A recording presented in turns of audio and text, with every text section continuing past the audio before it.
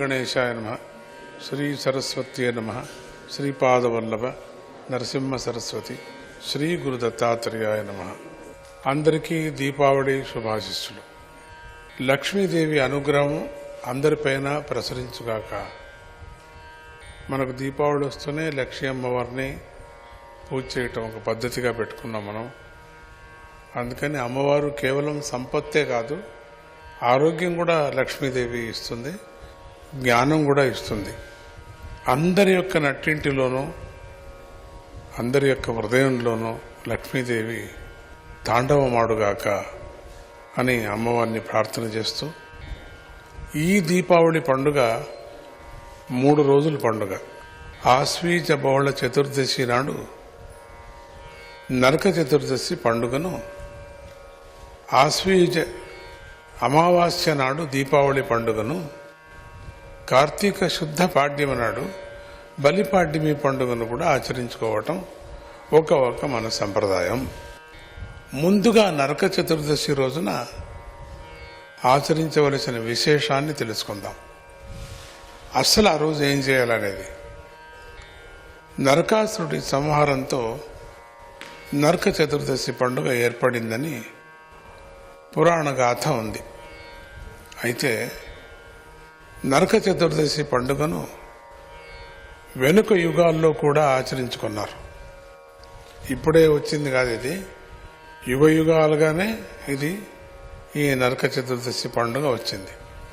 కనుక ఇది అతి ప్రాచీనమైనటువంటి ఒక పండుగ అని గ్రహించాలి.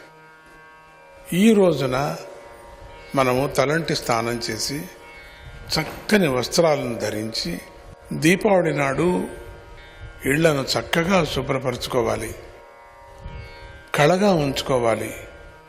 ఎందుకంటే దీపావళి లక్ష్మీదేవి పండుగ. సాయం సంధ్యా సమయాల్లో భక్తి శ్రద్ధలతో దీపాలు వెలిగించాలి.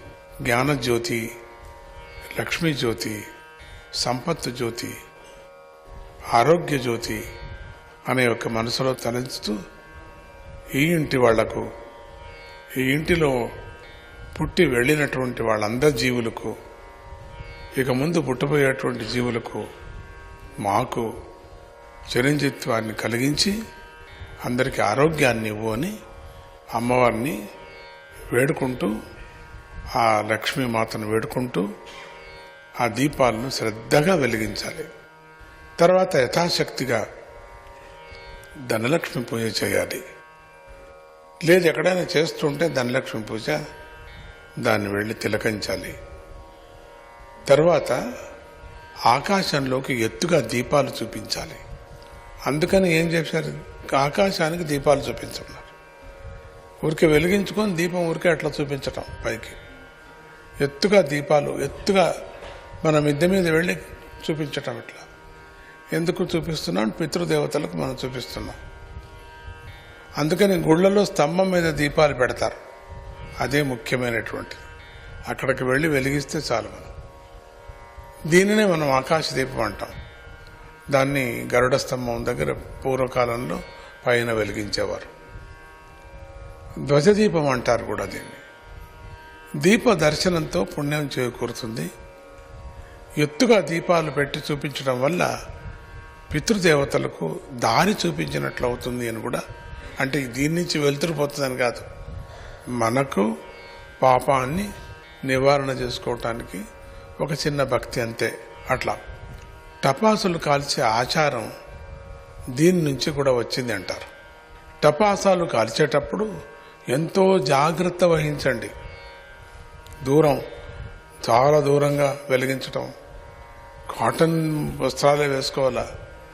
చాలా జాగ్రత్తగా అవి వెలిగించేటప్పుడు చూడాలి. పిల్లలను, వృద్ధులను దూరంగా ఉంచండి. పర్యావరణాన్ని కాపాడుకోవాలి. చుట్టూ చెట్లు గిట్లు పాడు చేయకూడదు. మనం వేసిన చెట్లే పోతాయి, అవి కొంచెం జాగ్రత్త. దీపావళి మరునాడు వచ్చే పండుగే బలిపాడ్యమి అంటారు. ఈ రోజున బలిచక్రవర్తిని పూజించాలి. బలిపాడ్యమి, బలిచక్రవర్తి కథ తెలుసు కదా మీకు. వామనావతారంలో, అది భాగవతంలో వస్తుందండి. టీవీలో స్వామి చెప్తూ ఉంటారు, భాగవతం అందరూ విందురట. బలిని పూజించడం ఏమిటా అనే ఆశ్చర్యం కలుగుతుంది కదా మీకు. నిజానికి బలి చక్రవర్తి ఈ కల్పం అంతమయ్యే వరకు కూడా చక్రవర్తి ఉన్నాడు. ఇప్పటికి కూడా మనకు చక్రవర్తి ఎవరంటే మనకిప్పుడు బలి చక్రవర్తి. మనం కలియుగం పూర్తి అయ్యేంత వరకు కూడా మనకు మహారాజు ఎవరంటే ఆధ్యాత్మికంగా బలి చక్రవర్తి. ఇది శాస్త్ర ప్రకారంగా. అసలు మనకు చాలామందికి తెలియదు ఎవరు మన చక్రవర్తి అంటే బలి చక్రవర్తి. ఏదైనా అపాయ సందర్భంలో బలిని ధ్యానించుకోవచ్చు. మన చక్రవర్తిని ధ్యానించుకుంటే సహాయానికి ఎవరో వచ్చి సహాయం చేస్తారట. కావాలంటే టెస్ట్ చేసి చూడండి, పరీక్ష చేసుకోండి. భక్తిగా ధ్యానించాలా. నేను చెప్పాను, నా మీద పోటీగా ధ్యానించద్దండి.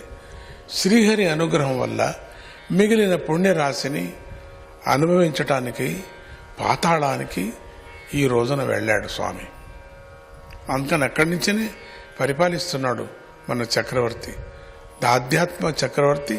ఆధ్యాత్మ ప్రపంచంలో మన మనస్సుకి, మన శరీరానికి, మన ప్రపంచానికి ఆయనే మనకు చక్రవర్తి. ఆ సమయంలో బలి శ్రీహరిని ఇలా కోరుకున్నాడు, ఈ దీపావళి పండుగ 3 రోజులు నా రాజ్యంలో ఎవరు దీపదానం, దీపపూజతో పాటుగా శాస్త్రవిధి ప్రకారంగా పండుగను ఆచరిస్తారో వాళ్ళ ఇంట లక్ష్మీదేవి శాశ్వతంగా ఉండాలి. ఇంకంతకన్నా ఇంకేముందండి మనకిచ్చినటువంటి వరము. శాశ్వతంగా వాళ్లకు దరిద్రమే లేకుండా ఈ 3 రోజులు ప్రతి ఇల్లు దీపాలతోనూ, మామిడి తోరణాలతోనూ, రంగురంగుల ముగ్గులతోనూ కళకళలాడుతూ ఉంచుకోండి. అందరూ ఆనందంతోనూ, ఏదో అన్నీ అయిన తర్వాత ఆనందంతో ఉండాలి కదా, కలిసిమెలిసి భోంచేయాలి కదా, ఉత్సాహంతోనూ పండుగను ఆచరించుకోండి. బలి ఈ అన్ని దుఃఖాలు మర్చిపోవాలి. ఈరోజు బలి ఈ రోజున భూలోకానికి వచ్చి తన రాజ్యాన్ని చూసుకొని ఆనందిస్తాడు. బలిచక్రవర్తి 3 రోజులు వస్తూ ఉంటాడు దీపావళి రోజు. ఏమో బాబు ఇంట్లో కూడా రావచ్చు అని ఆయన తెలియదు, కిటికీ నుంచి చూసుకోండి. ఎప్పటికి కూడా బలి వెంట భగవంతుడు కూడా వచ్చి ఆనందించి వరాలను అనుగ్రహిస్తాడు. బలి ఎక్కడున్నాడో అక్కడ పరమాత్ముడు శ్రీహరి ఉన్నాడు, కృష్ణుడు ఉన్నాడు. అందువల్ల శ్రీకృష్ణానుగ్రహంతో ఆధ్యాత్మికమైన కోరికలు నెరవేరుతాయి. ఇలా 3 రోజులు దీపావళి పండుగను ఆచరించుకోండి.